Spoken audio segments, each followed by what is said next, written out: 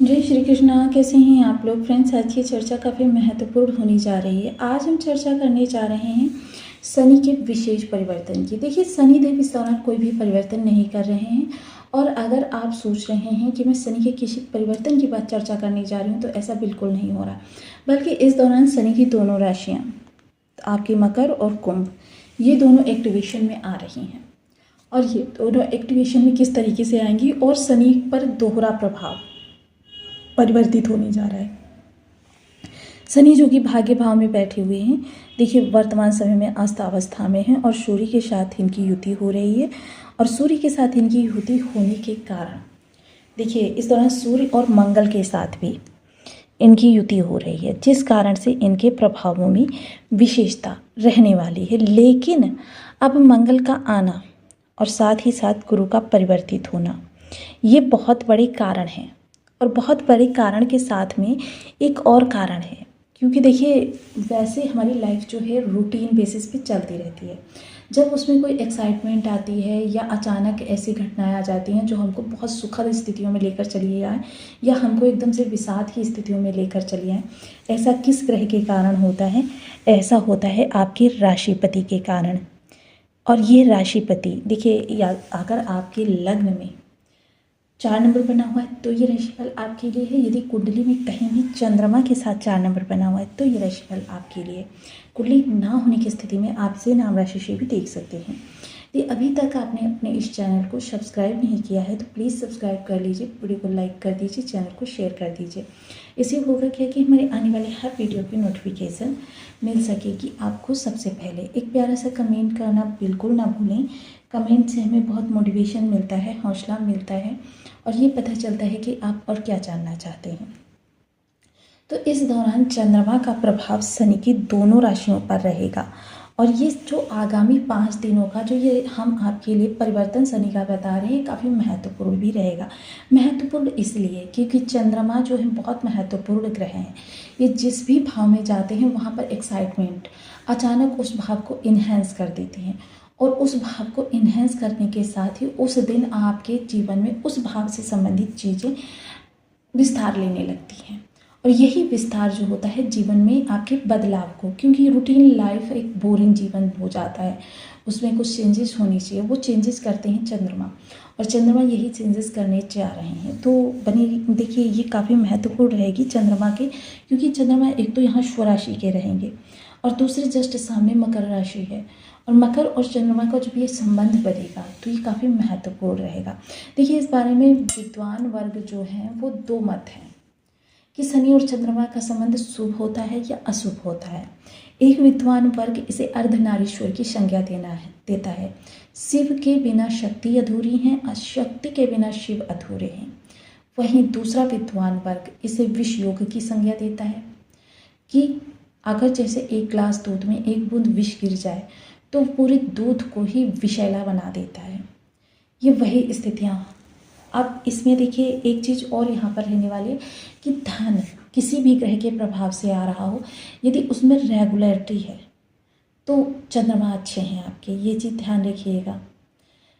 वो नियत समय पर नियत स्थिति में आता है, क्योंकि चंद्रमा जिनके कमज़ोर होते हैं उनकी जो इनकम होती है कभी लाखों करोड़ों हो जाएगी, कभी हजारों रह जाएगी और कभी ज़ीरो हो जाएगी। विशेषता यह कमज़ोर चंद्रमा स्थिति उत्पन्न करते हैं। वहीं धन आकर भी आपको मिल जाए वो भी बहुत बड़ी बात है। कभी चीट कर लिया जाता है, कभी किसी के द्वारा हड़प कर लिया जाता है, कभी आपसे कहीं के अन्य रास्तों से धन निकाल लिया जाता है। मतलब चंद्रमा कमज़ोर होने के ये कारण आपके लिए बहुत विशेष हैं, जिनको जानकर आप ये डिसाइड कर सकते हैं आपका बर्थ चार्ट में चंद्रमा आपको कैसा प्रभाव दे रहा है। अब यही चंद्रमा जब लग्न में आएगा तो सबसे पहले स्वास्थ्य संबंधी जो समस्याएं थी, देखिए मोस्टली अगर बड़ी समस्याएं हैं तो उनके लिए आपको इस दौरान योग्य चिकित्सक देखिए या तो मिल सकता है या उसके बारे में पता चल सकता है, क्योंकि ये ग्रह के बल के अनुसार चीज़ें होंगी, थोड़ी मात्रा में या बहुत बड़ी मात्रा में, ये डिसाइड करेगा ग्रह का बल। दूसरी चीज़ क्या होगी कि इस दौरान आप जो है थोड़ा सा रिलैक्स रहेंगे, क्योंकि चंद्रमा सौम्य ग्रह है और सौम्य ग्रह है तो यानी कि आपको रिलैक्सेशन में लेकर आएगा। यानी कि चाहे जितनी भी चिंताएं हों, थोड़े समय के लिए आप थोड़ा सा शांत रहेंगे, थोड़ा सा अपने व्यक्तिगत मनोरंजन पर ध्यान देंगे, अपनी किसी हॉबी को जीवंत कर सकते हैं। कोई हॉबी जो लंबे समय से आप करना चाह रहे थे, नहीं कर पा रहे थे, उस हॉबी को इस समय पर थोड़ा सा आप आगे बढ़ा सकते हैं। वहीं चंद्रमा की सप्तम दृष्टि जो रहेगी वो आपकी जीवन साथी के भाव पर रहेगी, तो जीवन साथी का स्वभाव भी इस समय थोड़ा सा आपके लिए पहले की अपेक्षा बेहतर होता हुआ देखा जाएगा। वहीं थोड़ा सा इस समय खान पान के प्रति भी काफ़ी ज़्यादा आपकी केयर की जाएगी। और दूसरा क्या है, बिजनेस यदि पार्टनरशिप में है तो उसमें कोई चेंजेस करना चाहते हैं, विस्तार करना चाहते हैं, तो ये सारी चीज़ें आप कर सकते हैं, आपके लिए लाभप्रद रहेंगी। वहीं चंद्रमा 3 तारीख को आपके सिंह राशि में चले जाएंगे। जब चंद्रमा सिंह राशि में चले जाएंगे, चूँकि ये स्वामी भी भाग्य भाव में बैठा हुआ है, तो मुझे इस समय आपकी वाणी सौम्य रहेगी, नम्र रहेगी। इस दौरान अगर आपको कोई डील करनी है या किसी व्यक्ति विशेष से मिलना है, किसी को अपने फेवर में करना है, बिगड़े हुए कार्य बनाने हैं, इन सभी कार्यों को करने के लिए वाणी के माध्यम से यह समय आपके लिए उपयुक्त रहेगा।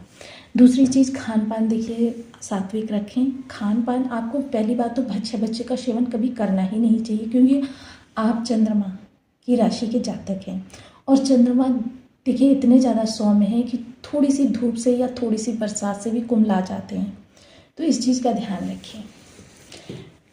आपके जीवन में जो भी परिवर्तन होने आरंभ होंगे वो इस समय पड़ोस के लोगों में से कोई आपके साथ बहुत अच्छा मतलब आपके लिए कर सकता है, या फिर आपके परिवारीजन, कुटुंबीजन, उनमें से कोई आपकी मदद के लिए आगे आ सकता है। जिन भी समस्याओं से आप घिरे हुए हैं, पैतृक संबंधी अगर कोई निर्णायक स्थिति आपके सामने आ रही है तो यदि डिले कर सकते हैं तो डिले करें, वरना वहाँ से आपके लिए कुछ समय के लिए अलग रहना ही उचित होगा।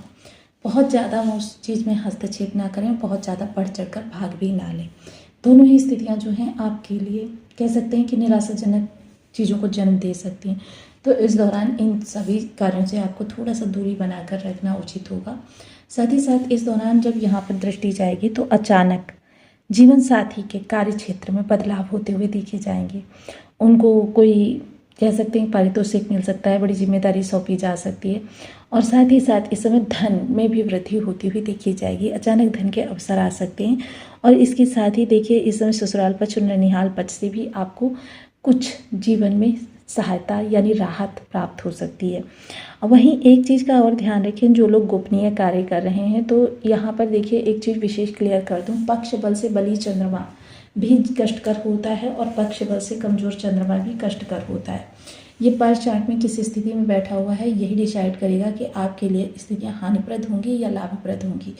साथ ही साथ चंद्रमा से संबंधित विशेष उपाय, क्योंकि आज हम चंद्रमा के देखिए पहले बीज मंत्र के बारे में हम बता चुके हैं, ओम सोम सोमाय नमः।